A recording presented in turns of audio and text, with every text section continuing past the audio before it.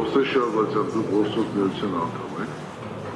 կարող եք այդ դրա վերաբերյալ ներկայացնել։ Պատվազան դատարան մոտ 15 տարուց ավել արդեն հանդիսանում եմ Հայաստան Հանրապետության Որսորդ միության անդամ, չեմ կարող փաստաթուղթ ներկայացնել,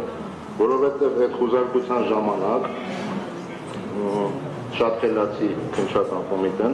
այդ ամբողջը հանում շարում են ննջարանում մահճակալի վրա, որպես ապօրինի զենք, բայց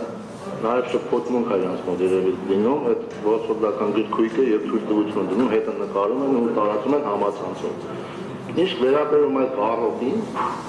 վառոդին, երևի Լավ, այդ զույգերի մեջ չէ, ինչ վերաբերում է դրան, իրանք երևի վախեցել են նրանից, որովհետև հետևի մասում նկարված է վարազ եղնիկ, բայց հավատացնում դա 4 վտանգի վարազի եւ եղնիկների համար կարիք չկա, ընդհանրապես ինչ-որ բանից վախենալու։ Պաշտպանական կողմնականում են Այո, պատվազան դատարան, քանի որ գործ ունենք ահաբեկիչների հետ եւ ահաբեկչության հետ, ըստ էության այստեղ շատ կարեւոր է զենքեր, զինամթեր, այս ահաբեկչության հետ կապված։ Ըստ էության պատվազան դատարան, ես ներկայացնեմ այս լուսանկարը, խոսքը այս լուսանկարում պատկերված վառոդի մասին է, որը առկա է որսորդական խանութներում։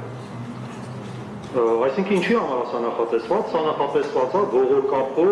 հրացանների կրակոց արձակելու համար, բացառապես ողորկափող հրացաններից։ Հիմա հասկանանք ինչ է նշանակում նետողական զենք։ Նետողական զենքը պատվարժան դատարան, այսինքն փայտուցիկ նյութ, որը հնարավոր է նետել։ Այսինքն ինչ է ստացվում, վառոդը իր տուփի մեջ, իր գործարանային տուփի մեջ փորձ է անում ներկայացնել որպես նետողական զենք։ Պատվարժան դատարան այդ նույն տրամաբանությամբ սա չպայթող կարելի է բնութագրել որպես չպայթող նետողական զենք, որովհետև եթե սրանով խփես որևէ մեկին, այո, կարելի է ինչ-որ մի վնաս պատճառել։ Ես պատվարժան դատարան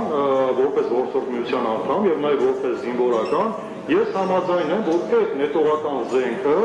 ինձանից 1 մետր հեռավորության վրա պայթեց։ Ես դրա համաձայնություն տալիս եմ։ Այսինքն այստեղ չկա նետողական զենքի մասին խոսք, ընդհանրապես ինքը վառոդ է նախատեսված որսորդական ողորկափող հրազենից կրակոց արձակելու համար եւ այդ վառոդը գտնվում է այն տուփի մեջ, որը վաճառվում է խանութում։ Նույնիսկ այդ վառոդը իր գործարանային արտադրության տուփից չի փոխադրվել, չի տեղափոխվել մեկ այլ տարայի մեջ։ Այսքան։ Ուշադրություն կդարձնեք եզրակացությունը զենքի մասին խոսք չի գնացել։ Նշել է հետևյալը նետողական պայթուցիկ նյութերի շարքին է դա ասում։ Զուտ այդպես է։